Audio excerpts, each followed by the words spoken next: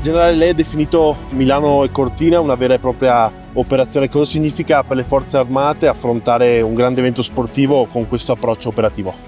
Vuol dire lavorare in completa organizzazione a 360 gradi, congiuntamente, tutti indistintamente, esercito, marina, aeronautica, carabinieri, in maniera da fare sistema e poter sopperire a tutte quelle che sono le problematiche che un grande evento di questa dimensione può presentare. Parliamo di numeri importanti divisi tra Milano e Cortina, quasi 2000 militari impegnati nell'organizzazione dei giochi. Quali sono state concretamente le loro funzioni sul territorio? Allora, tutti i militari che sono stati impegnati congiuntamente ai 1500 volontari dell'Associazione Nazionale Alpini che hanno contribuito al pacchetto messo in campo dalla difesa hanno collaborato nei vari settori e per le varie funzioni con la Fondazione Milano Cortina, quindi il nostro personale li ha affiancati e sostenuti nelle funzioni di sport, snow removal, transportation. Tutto quello che c'era da fare, che era lo schema organizzativo di Milano Cortina, è stato da noi sostenuto e specularmente adottato.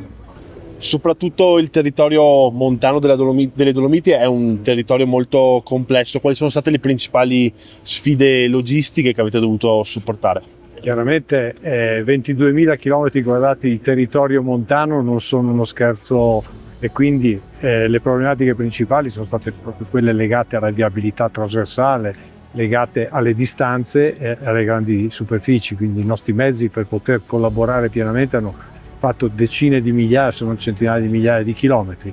Il nostro personale, tenendo conto delle condizioni, ad esempio il meteo di questa notte ha operato su turni anche di 24 ore dalle sale operative alla funzione sport per poter mettere sempre in condizioni gli atleti di fare al meglio la loro prestazione, la loro performance. Questo dispositivo interforze che è stato messo in atto può rappresentare anche un modello per i successivi eventi, grandi eventi in Italia?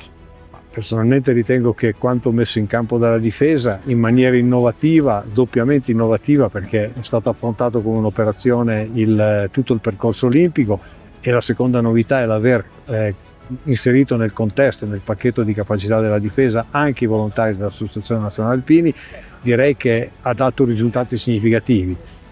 Essendo la prima esperienza, ritengo che possa essere perfezionato, sono convinto anche che possa essere un modello di riferimento per future sfide. Dopo anni di lavoro e di pianificazione, qual è stato il momento dei giochi che l'ha maggiormente soddisfatta? I giochi soddisfano a prescindere chiunque, perché le immagini che sono state date del nostro paese, del nostro grande paese, da tutte le TV del mondo sono già una forte emozione. Personalmente ritengo che le Paralimpiadi emozionino ancora di più, proprio perché gli atleti che corrono sono atleti speciali.